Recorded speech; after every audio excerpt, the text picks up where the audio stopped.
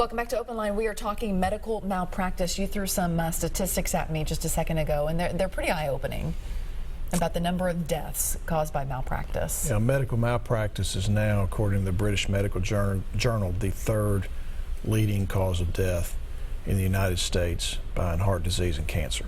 That's amazing. And we're not even talking about the number of injuries then. That's correct. That's not the people who are put in wheelchairs or who have amputations. These are just simply deaths as a result of negligence, typically in the hospital. So what are the red flags that people should say, something's wrong here, I need to call somebody? You just put your finger on one of them. Somebody dies in a hospital, and in particular someone who's younger, like somebody under the age of 55 who dies in the hospital, particularly when they've been in the hospital for a while. That's a case worth looking into. It's been my experience, if a patient gets to the hospital and they're hospitalized and they're fairly young and fairly healthy, they ought to survive the hospitalization. And so if something goes wrong during the hospitalization, of course that's not every time, Sure, but a number of those occasions that's going to be a product of medical malpractice, particularly if it's a sudden death where just everybody's like in shock, how did this happen? That's the first red flag. A second red flag is when someone is injured badly and one of the nurses or doctors will tell them, you need to go see a lawyer, which is pretty obvious. You know that at that point I better go see somebody. But the third and probably the most important, Carrie, is that gut you've got. All of us have a sense of when we've been mishandled or mismanaged. You look at the picture and say, this just isn't right. I don't think I got the kind of treatment I should have, or I'm hurt too bad and I'm far worse than I should be and I'm not getting any better. That's a time where you need to pick up the phone and call. Your own gut a lot of times will tell you something's not right. and that statute is so important, that 1 year. That statute limitations, that 1 year period. So if any of those red flags are present, you just call. I mean, it costs nothing, and it may be the difference between having compensation and tolerating your condition versus going uncompensated and never get your day in court. But it's also very clear on that 1 year that it's from the date of discovery. So Correct. you could have surgery and go on, and then all of a sudden at 3 years something happens. Give me a case that would give an example like that. Yeah, there's a situation where, let's say for example, someone has had brain surgery, and perhaps the blood pressure during the surgery was mismanaged, and the person comes out with a neurological injury, and the patient thinks it's just simply a risk of the procedure. And then maybe 4 or 5 months later, that person's condition doesn't improve, and a healthcare provider, maybe a neurologist down the road, says, uh-oh, I'm looking at your blood pressure readings, something's not right, you need to go talk to somebody. Well, technically under the law, that patient would not know until he or she was told or advised that there was any wrongdoing. I mean, just because you have a bad outcome does not mean there's wrongdoing. That's a situation where the patient would not discover until sometime after the fact that they've been harmed. Sometimes a death occurs. The patient's family may not discover what caused the death, the actual malpractice, until months later. In an investigation, maybe they wait for an autopsy, and the autopsy reveals a blood clot. And they realize, oh my goodness, Uncle Joe died from a massive blood clot, and he didn't get any blood clot prevention in the hospital. That would be a situation where the discovery rule would give you a year from the date that you discover what happened to you. Because there's situations where if you just go from the date of injury, patients have no idea what the cause is, and then all of a sudden they find out, and then you'd have maybe 1 day or 1 week left on the statute. That wouldn't be fair. Okay. What about preventing this so we don't have to end up in your office? Yeah.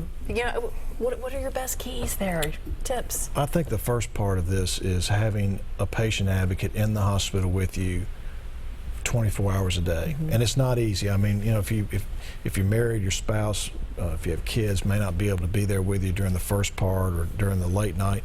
Have a brother or a sister or a good friend come in, and make sure that person's with you and can ask questions. It's been my experience that a good patient advocate will prevent some medical mistakes from occurring, because they will challenge the healthcare provider, question them if there's something that's off the mark. And healthcare providers, they don't mind being questioned. Contrary to what people think, they don't want to cause these mistakes. And so if someone says, hey, why are you giving that medication, or why are you giving that kind of treatment, Or that nurse was just in here, what are you doing now with this medication? Because patients get mixed up, medications and treatments get mixed up, doctors get mixed up. it's just so important nowadays with the way our system runs, assembly line medicine, that you have an advocate in there for you, a friend or family member who can speak up and be your advocate. Because if you're a patient, it's hard to protect yourself. You're trying to get well. Yes, yeah. So that's the number one thing in terms of prevention. And the second thing is ask about your doctor. Ask about your hospital that you're going to go to. Word of mouth is so important, and generally it's accurate. I think people nowadays, there's this kind of a sense of, well, I got to go see Dr. So-and-so. Right. Or they just go on the hospital. They don't do the research that a lot of us would do. We don't buy a car a lot of times on doing research, Yes. Carfax. Right. But people go to doctors all the time and don't look them up and don't ask a lot of questions about them until it's too late. So try to get some information from word of mouth to find out the reputation of the doctor in the hospital. That's probably another good method of prevention. But at the end of the day, it's just going to come down to asking questions and being a knowledgeable consumer, a wary consumer of what happens. Where often do medical mistakes happen? Most often, I would assume the hospital. Is that Right. true? Not just going to the doctor for your physical. It is. Well, it can happen at the doctor's office as well, but most of my cases arise out of the hospital, in the hospital setting, where there's all kinds of miscommunication that takes place, shuffling around of patients' mistakes, that sort of thing, surgical misadventures, what they like to call them. But yeah, I mean, sometimes you could be just at a doctor's office, and the doctor can misdiagnose your condition. It can happen. You can get the wrong medication in that situation. But yeah, hospitals are the big lion's share of these cases. And are there certain ailments that lead to medical mistakes most often or more often? Yeah, gallbladder surgeries. For some reason, I don't know why, but I've had a lot of gallbladder surgery phone calls. I've had patients who are back surgery patients. Get a lot of calls on those where they've had bad outcomes.